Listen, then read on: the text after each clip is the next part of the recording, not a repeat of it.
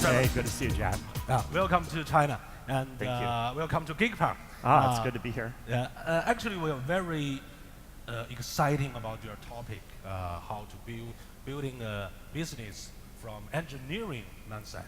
And I'm quite familiar every speech and every interview of you, and I thought it's the first time you speak this topic in China.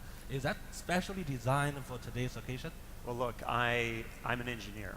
You are an right? engineer, And I got going very early on, so when I'm coming to GeekPark, I feel like I'm at home. So how do you go from being a geek to being an entrepreneur? Yeah. That's what I'm going to talk about today. It's a true story, right? It's my story. We are so excited, and I think we should not have any further delay, and I will give you the stage. Okay.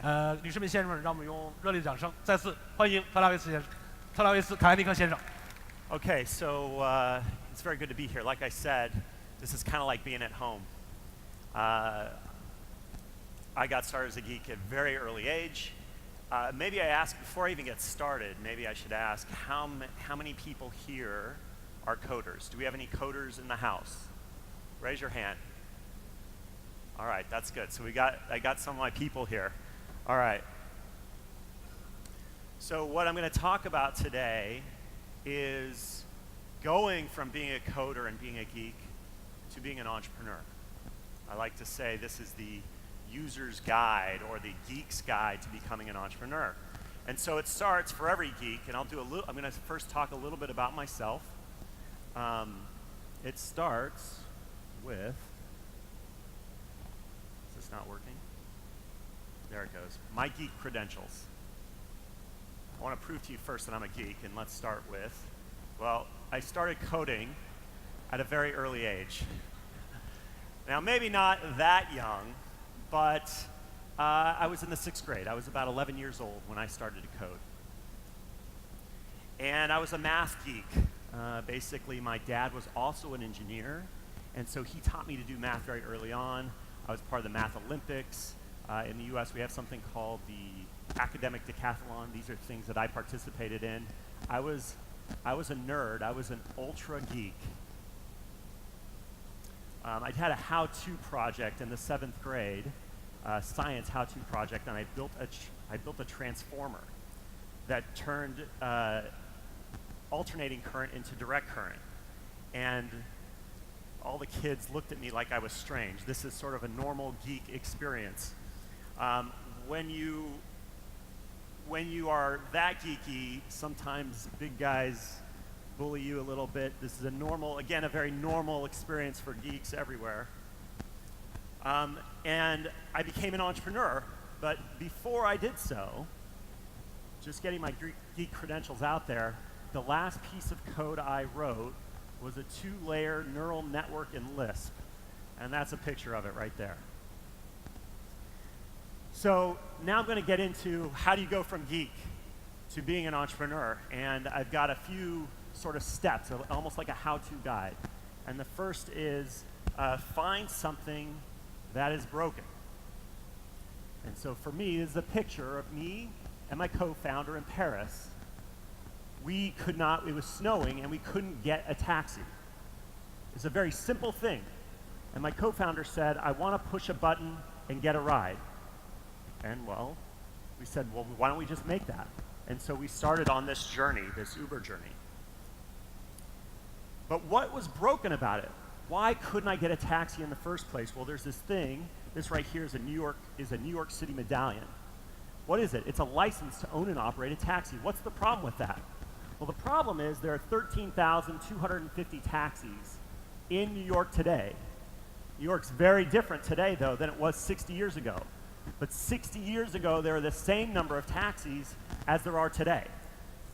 The city gave out licenses for free to people, and then those people who had those licenses then lobbied city government to give out no more, and then lobbied city government to make them tradable assets.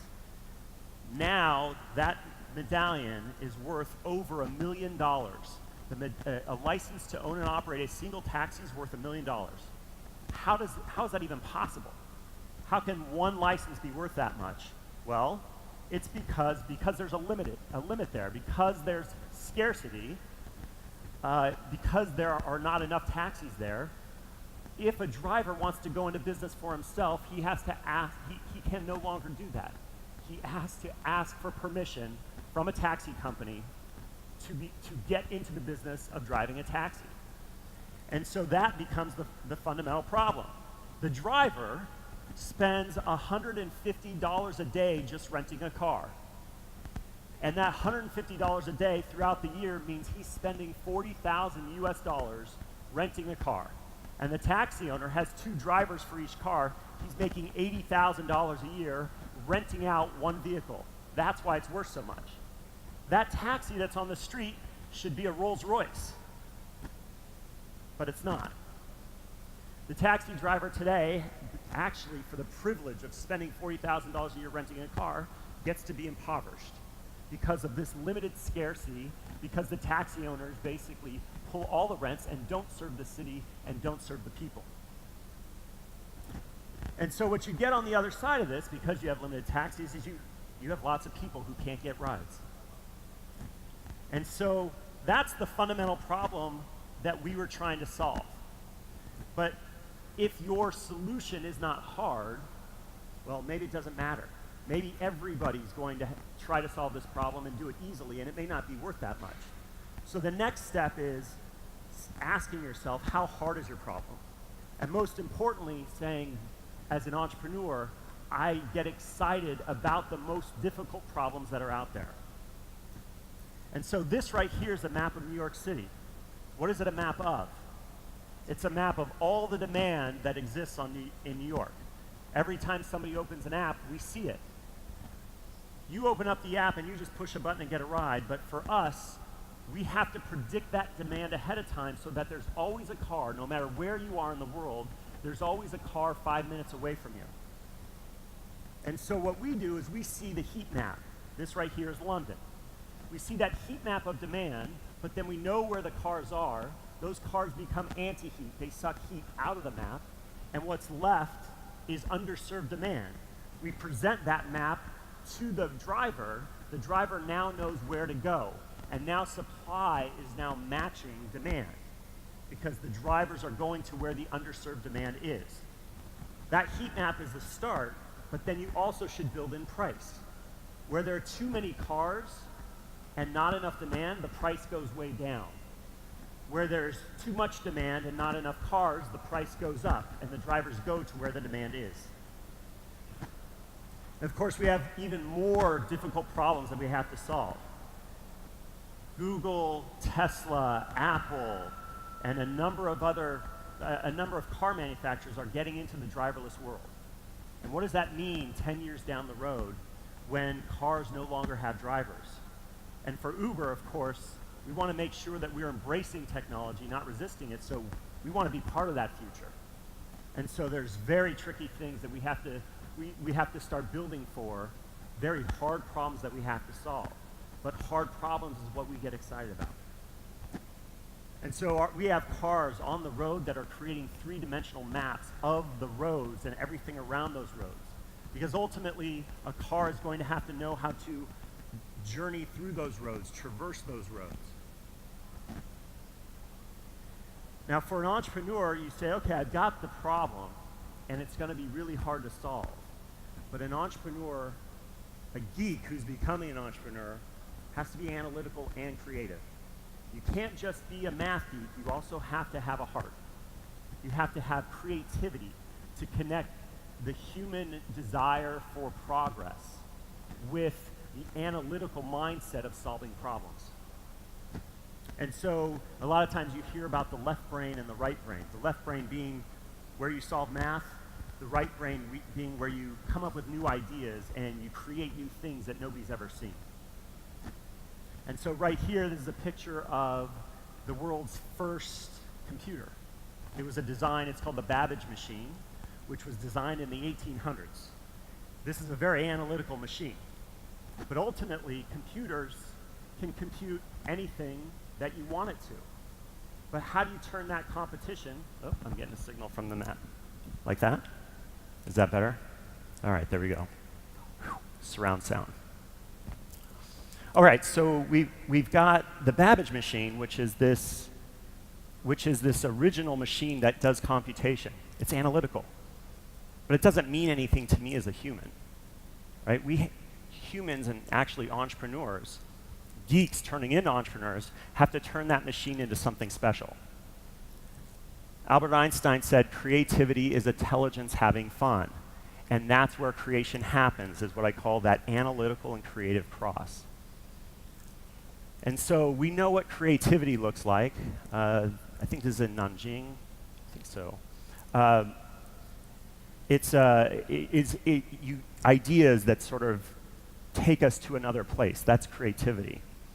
But when you cross it with analytics, you create something beautiful that functions, that functions and does something for humans that transcends or just creates progress.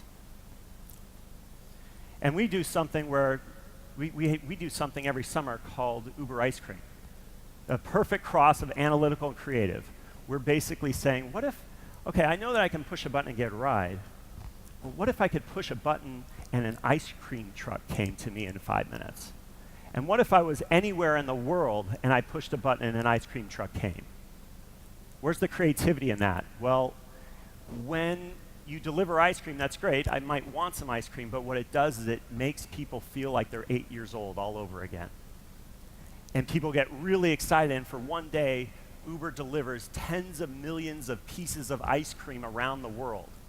And there's a huge analytical side to that, because making sure that there's an ice cream 5 minutes away from every person that has an Uber app that's going to ask for one is actually really, really complicated. And we even did drone delivery of ice cream. So again, the creativity that sort of captures people's imagination along with the analytical that delivers it. We also have this, I also have this concept which I call choosing reality over perception. The geek is all about math. The geek is all about being analytical. But you have to know the difference between reality and perception. What does that mean? Well, a lot of people think that this might be the way to answer a problem. The conventional wisdom may be that everybody might always think the same, but the entrepreneur often sees the difference between what people think and what is real. And the bigger the distance between what people think, what everybody else thinks, and what is real, is what I call the innovator's playground. And so sometimes telling the difference between perception and reality can be a little bit tricky. It's not always clear what is right, what is real, what is perception and what is reality. Sometimes the two are the same, but the entrepreneur looks for when they're different. Another Albert Einstein quote, "The one who follows the crowd will usually go no further than the crowd. The one who walks alone," all right, "the one who walks alone is likely to find themselves in places no one has ever been." And so the geek turned entrepreneur is going to find himself being that yellow ball there amongst lots of blue balls, right? You're going to find yourself going against the crowd, believing in something that nobody else believes in. And you've got to be okay withstanding the pressure to do things the way everybody thinks it should be done. And you have to believe and you have to keep pushing along the line of how you think it actually should be. Now, when you get it right, it's amazing, because you change the world when you get it right. But sometimes perception is reality. And if you get it wrong, you're in trouble. You don't want to get eaten by that lion if it is a lion, but if it's a kitten, you're going to be okay. Now, seeing the difference between perception and reality is where innovators start, but also it's important to understand risk well. Understanding, when people see that there's a lot of risk, but you actually know there's very little, this is where innovators innovate. This is where they create things that people think weren't possible. But sometimes things are just risky. That perception and reality are the same, and walking that tightrope over Niagara Falls is going to be risky. I don't care what the situation is, that is reality. But then the entrepreneur also becomes very good at mitigating that risk, becomes expert at something that makes that entrepreneur able to do something that other people cannot. And so the next step in the Geek's Guide to Becoming an Entrepreneur is making magic. Well, in order to make magic, you have to first know what magic is. Well, I don't know if you guys have seen Pulp Fiction, but in the briefcase, it's that thing you never see. It glows. It attracts people. It captures people's imagination. But we've sort of, at Uber, we've broken down what magic is into 4 key components. 1, are you giving time back to people? 2, are you bringing them more calm? 3, are you giving them more joy? And 4, are you giving them more money? If you do all 4 at the same time, you are in a very magical place. And the thing that you are creating is truly magical and is truly going to transcend what is possible. Uh-oh, I don't have any more slides. What happened? Whoop, I'll just look behind me. They're not here. Okay, hold on a second, guys. Okay. All right, so in order to create magic, though, you do have to see the future. This is a patent application from Steve Jobs in 2006 for the iPhone. The iPhone, which a lot of us have, and what he did in 2006 is almost the same 10 years later. So you have to be able to see the future to create something that nobody's ever seen before. And it's amazing how identical these 2 things are. Airbnb does this as well. You can go to any city in the world and be at home. You no longer have to go to a hotel. And doing that from your home, from the internet, and finding that place where you're going to go is a magical experience. Now, this is a bridge. It's called the Bay Bridge in San Francisco. And it's not really a spectacular one. There's nothing special about it. It certainly gets you across to San Francisco. But we have another bridge, the Golden Gate Bridge. When you see magic, you just know it. It does the same thing. It gets you across the bay, but it's beautiful. And I've been over this bridge hundreds of times, and every time I go across it, I see people taking pictures. Magic is something that's attractive, that people are drawn to. They can't help it. Magic can be something that's beauty, but sometimes it's underneath the hood and you can't see it. But when you do see it, you know it. So selling and storytelling. I like to say fear is the disease, hustle is the antidote. You can be a geek trying to be an entrepreneur, but if you are not out there hustling, if you're not out there working hard every day trying to make your vision a reality, it's not going to happen. And so there's also the sales component. This is a used car salesman behind me. Okay? Geeks often look at salespeople and go, get out of my face. I don't want to deal with you. But geeks judge sales. But you have to know that sales is what is necessary to make things a reality, that it is part of bringing things to market. And you have to find your own inner salesperson, stay authentic, don't be that guy, but understand that sales matters. And you create promotions and you start to storytell. And storytelling is important because you need to go above that used car salesman and you need to inspire people.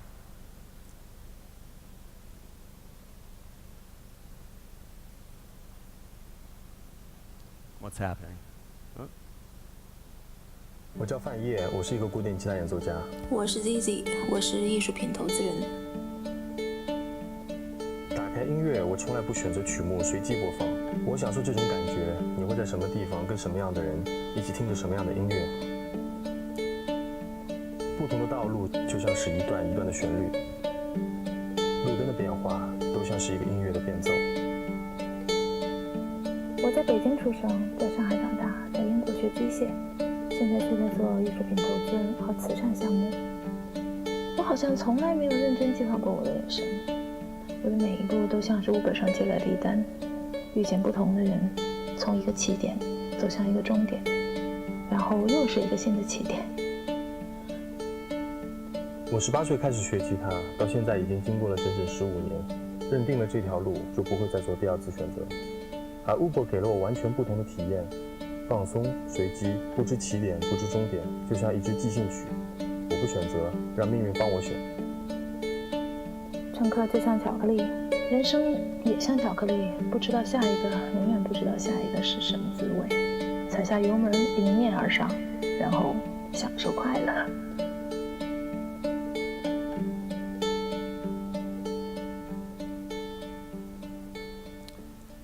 So look, Uber is just pushing a button and getting a ride, but it changes people's way of getting around cities and changes the city itself. And you have to become a storyteller. You have to embrace that sales part of you to get the story out there, because if nobody knows your story, then your vision never becomes reality. And so the next one is seeking adventure. The great entrepreneurs seek adventure always. They're always looking for something that's never been done. They're always looking to do something that everybody thinks is impossible. And, well, we know what China's internet looks like. Tencent, Baidu, Alibaba. There's not a lot of foreign companies there. And we came to China, and people just called me crazy. And maybe we still are. I'll take it. Maybe I'm crazy. But it's the adventure of it that inspires me, that makes me want to be here and try to serve cities and serve people here in China too. But what's happening is, of course, is that what gives me that confidence that it's possible? Well, what I've seen in the last 10 years in Beijing is that entrepreneurism and innovation has risen up. And Silicon Valley was always here, but what's happening is Beijing is catching up.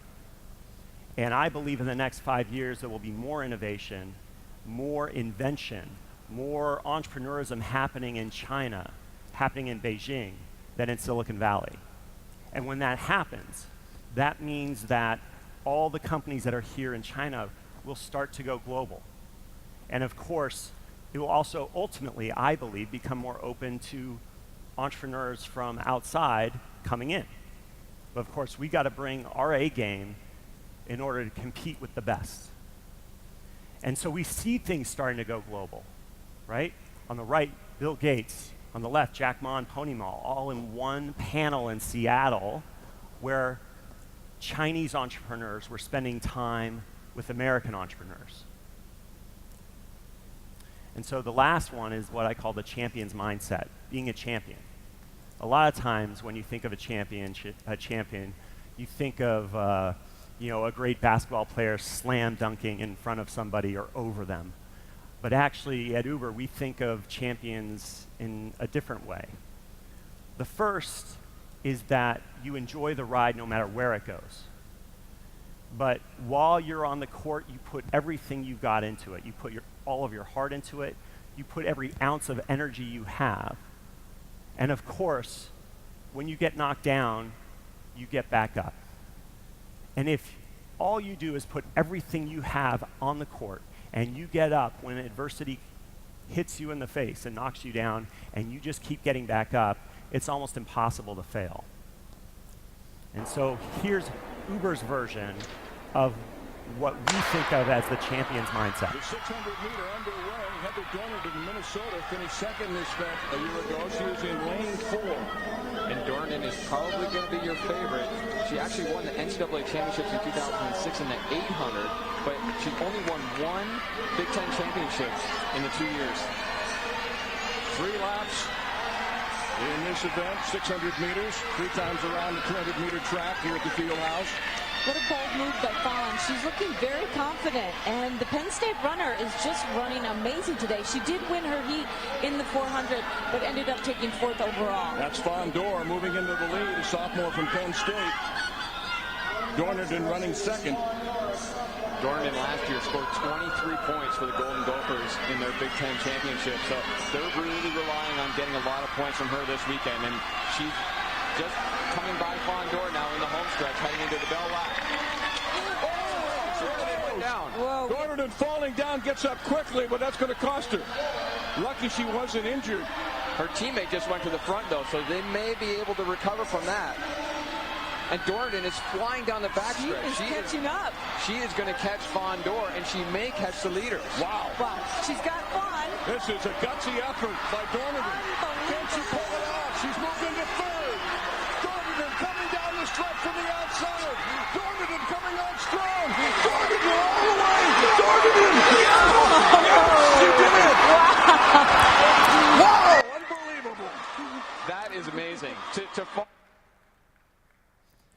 And so now you know why I'm here. We are the underdog here in China, but we believe that even through adversity, you can get back up and do something amazing. And we've got a lot of work to do, but we believe in what we're doing. Our mission is transportation as reliable as running water everywhere for everyone. And we believe deeply in it, but this is the result of all those things I just said about going from a geek to an entrepreneur. This comes from all of that. We believe in making cities, making future cities, being a part of them. We believe in taking cars off the road, reducing congestion, reducing pollution. Doing things like Uber Pool, where you push a button, get a ride, you open the door, and you get in a car, and there's somebody else already in that car. And now instead of 2 cars taking 2 people somewhere, it's 1. Turning traffic jams like this into a very beautiful, no traffic day in Beijing. I've never seen this. I don't know if you guys have. I can't wait for this. And doing things to take the things we see in the world and saying, how can we make it better? And of course, when each of those cars is serving 30 people instead of 30 people having 30 different cars, you are creating jobs. And so we go to every city and we say, we go and talk to mayors and we say, we are going to create 20, 30,000, maybe even 50,000 jobs in the next year. And of course, we change the lives for the people who drive, because they go from working shifts to being able to push a button and start work, and push a button and stop work. And it's truly revolutionary, not just for the riders who can push a button and get a ride, but the on-demand economy also applies to the people on the other side. So at Uber, I've personally gone from being a geek to being an entrepreneur. And this is my work. We've obviously done so much in a short period of time, but feel like we have so much left to do. I want to thank you for your time, guys, and I think we're going to be doing some questions after this. Thank you.